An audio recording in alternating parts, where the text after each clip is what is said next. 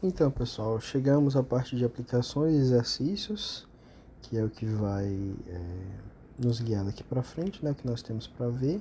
A teoria da parte de gravitação terminou, tá? Bom, algumas aplicações interessantes. Satélites em órbitas circulares, tá?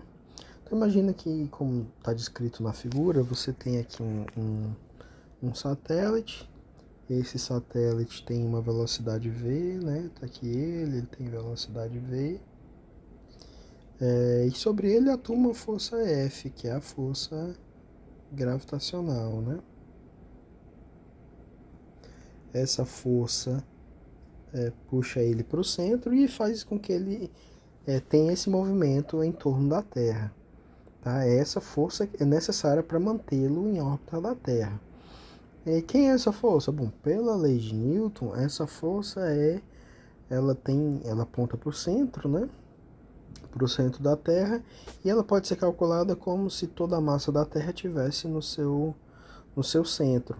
Então, imaginando que a órbita do satélite tenha raio R, né? Então a força gravitacional vai ser dada por G, massa do satélite, massa da Terra, dividido por R quadrado.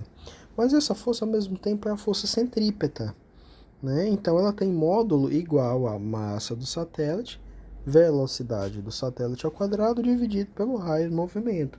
E com isso nós conseguimos calcular qual é a velocidade necessária que um satélite tem que ter para poder se manter em órbita da Terra.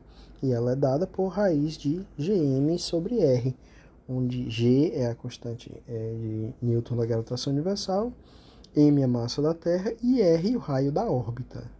Né? O raio da Terra mais a altura da órbita, ou seja, o raio da órbita total. E aqui acontece uma coisa interessante.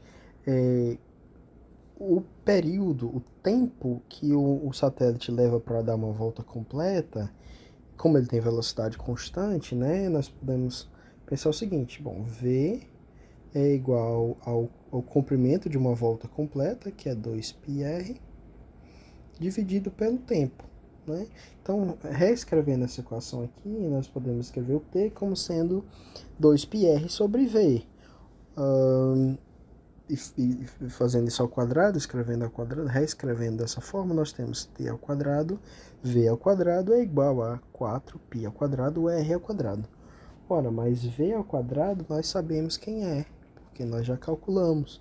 Né? Então, se a gente substituir esse v ao quadrado aqui dentro, nós vamos encontrar a terceira lei de Kepler para o movimento dos satélites. T2 sobre R3 é igual a 4π ao quadrado sobre Gm.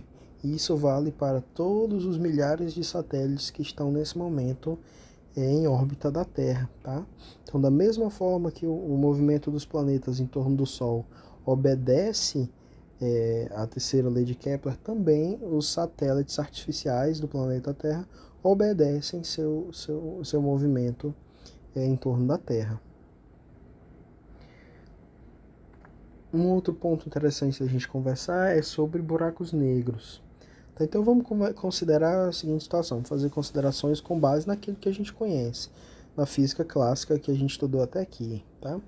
Então, para um planeta ou para um objeto qualquer que tenha massa m, que esteja em órbita com velocidade v e raio r, em torno de um objeto maciço de massa m maiúsculo, vale o seguinte: a energia cinética é 1 meio de mv ao quadrado sobre 1 meio de mv ao quadrado, ou mv ao quadrado sobre 2, certo? Da mesma forma, a energia potencial é menos gmm, né, mzinho, mzão, sobre r, tá? E assim, a energia mecânica é a soma da energia cinética com a energia potencial, e essa aqui é a energia mecânica total, 1 meio de mv2 menos gmzinho, mzão sobre r. E essa mesma expressão, ela é válida também no caso de você lançar um objeto a partir da superfície do corpo maciço em direção ao infinito, né? Se você vai lá, você tem aqui na seu objeto aqui, seu corpo maciço de raio R, e você lança um objeto com massa m minúsculo e velocidade v para cima, tá? Essa aqui é a energia potencial do sistema. Então, para que esse objeto lançado ele escape da atração gravitacional do corpo maciço, basta que ele chegue, ele tem uma velocidade mínima. Qual a velocidade mínima? É a velocidade que faça com que essa energia mecânica zere, né? Ou seja, toda a energia cinética que ele tenha possa compensar a energia potencial negativa e ter uma energia mecânica mínima zero, ou seja, ele vai chegar no infinito com velocidade zero. Né? E essa velocidade mínima que ele precisa ter, essa velocidade é chamada de velocidade de escape. Tá? E o que é que ela precisa obedecer? Ora, 1/2 da massa vezes a velocidade do escape menos gmzinho sobre r, isso tem que dar zero. Se você fizer isso, você é capaz de calcular essa velocidade mínima, que é a velocidade de escape, raiz de 2gm sobre r. Tá? E é interessante que ela não depende da massa do objeto lançado, ela só depende da massa do corpo, né? A Terra, ou a estrela, ou um buraco negro, por exemplo. Tá? E aqui vem uma pergunta interessante. Se nós tivermos um objeto de massa m, qual é o valor máximo do raio R para o qual nem a luz vai escapar da atração gravitacional? Bom, nesse caso, basta a gente fazer que a velocidade do escape seja c, né? E aí a gente resolve essa equação para o valor de R. Então, o maior valor possível que o raio pode ter, de forma que nem a luz escape, é o raio de Schwarzschild. E ele é dado resolvendo essa equação 44. E o raio de Schwarzschild é 2gm sobre c ao quadrado, tá? Onde c representa a velocidade da luz.